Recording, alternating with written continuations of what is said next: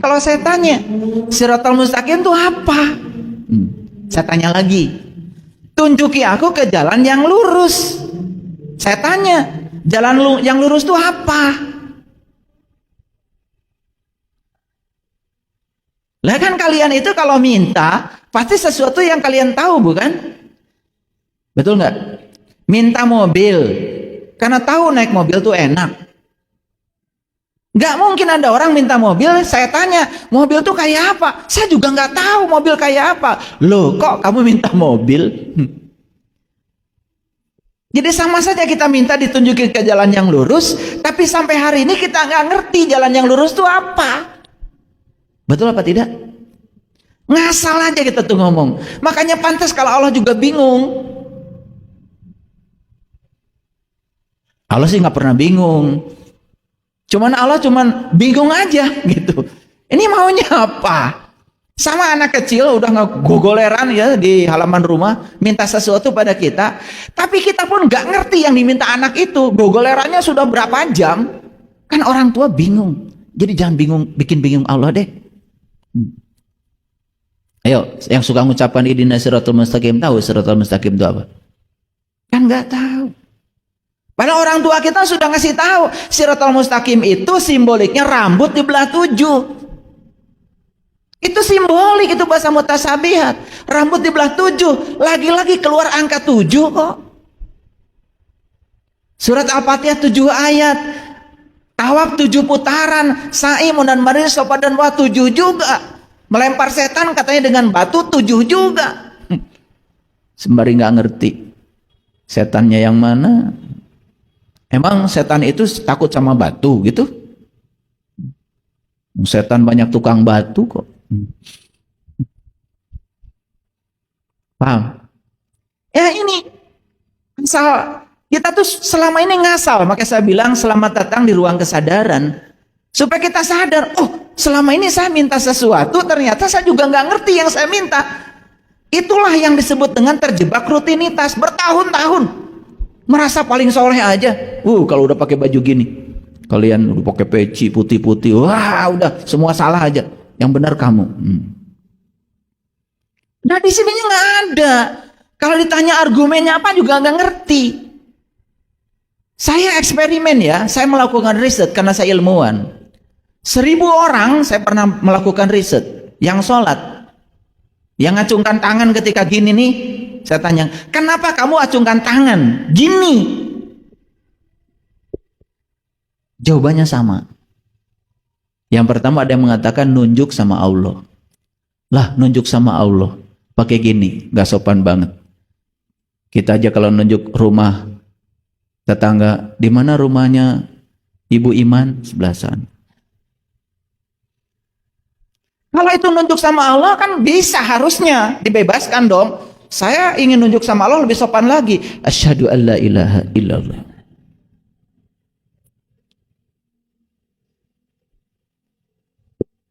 Baru ketawa. Karena selama ini nggak sadar. Suruh gini-gini aja. Nggak pernah mau pertanyakan buat apa. Padahal ini luar biasa.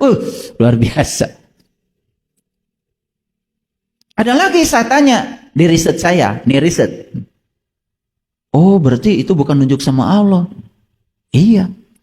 Oh itu menyatakan Allah satu. Kalau menyatakan Allah satu harusnya bebas. Boleh gini, yang penting satu kan. Boleh gini kan, yang penting satu kan. Kenyataannya nggak boleh. Selesai semua di situ, mereka bingung. Terus buat apa? Nggak saya kasih tahu, enak aja. Biar bingung. Itu ilmu tinggi tuh ya. Tapi kalau kalian mempertanyakan itu, dan kenapa ini diacungkan tepat pada saat baca syahadat, terus ada hubungannya apa ini dengan syahadat? Itu luar biasa. Kalian yang bisa menemukan pusat semesta dalam diri kalian, kalau mau belajar. Dan saya tidak mengajarkan di sini, karena topik kita bukan itu hari ini. Ini Kapita Select aja, supaya kalian pikirannya terbuka. Paham sampai di sini?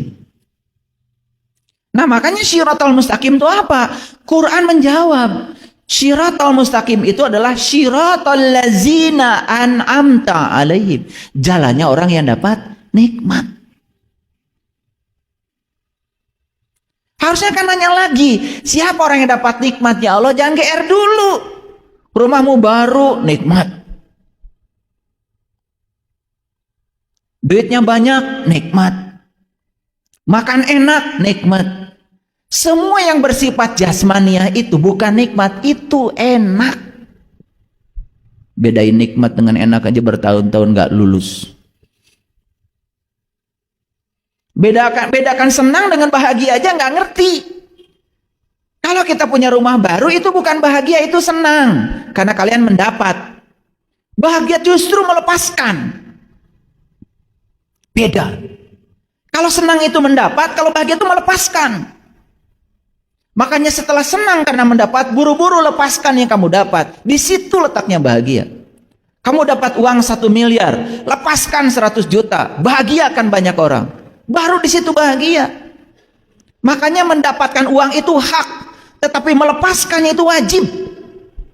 Dan hak itu diberikan Tuhan supaya kamu bisa menunaikan kewajiban. Kalian cuma berkutat di hak saja. Semua hak saya. Di hak. Gak ada buat orang. Yang kayak gini-gini gak ngerti. Padahal sudah beragama puluhan tahun. Berbiasa. Karena kita mabuk bertahun-tahun gak sadar.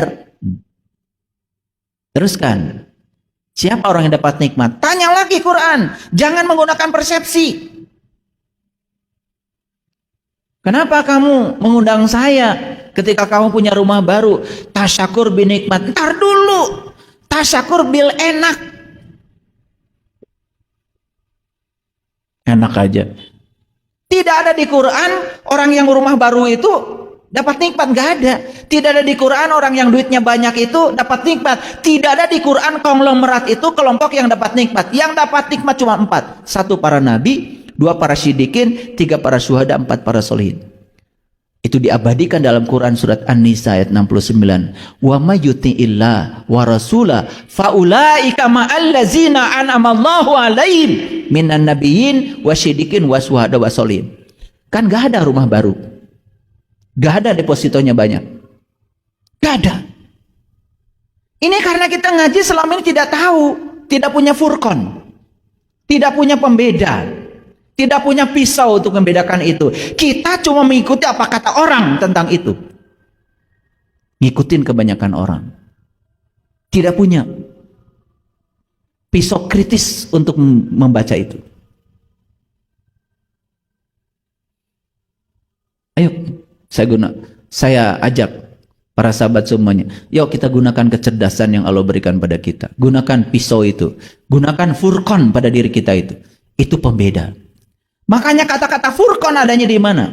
Adanya di Quran surat Al-Baqarah. Syahrul Ramadan unzila fihil Quran hudal linnas wa bayyinatin minal huda wal furqan.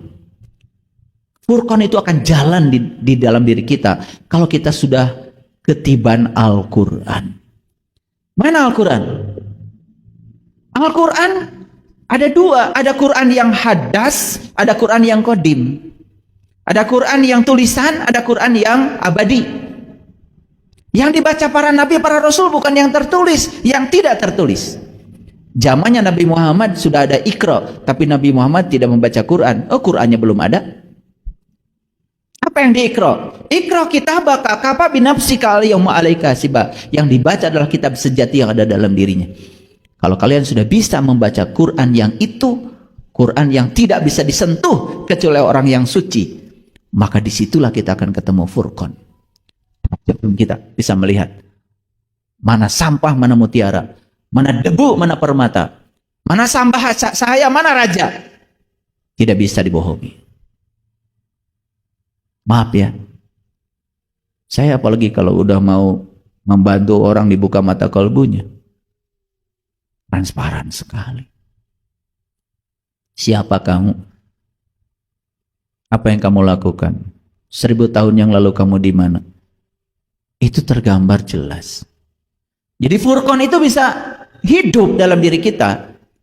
kalau kita sudah ketiban Quran sejati. Itu yang harus kita ikro setiap saat.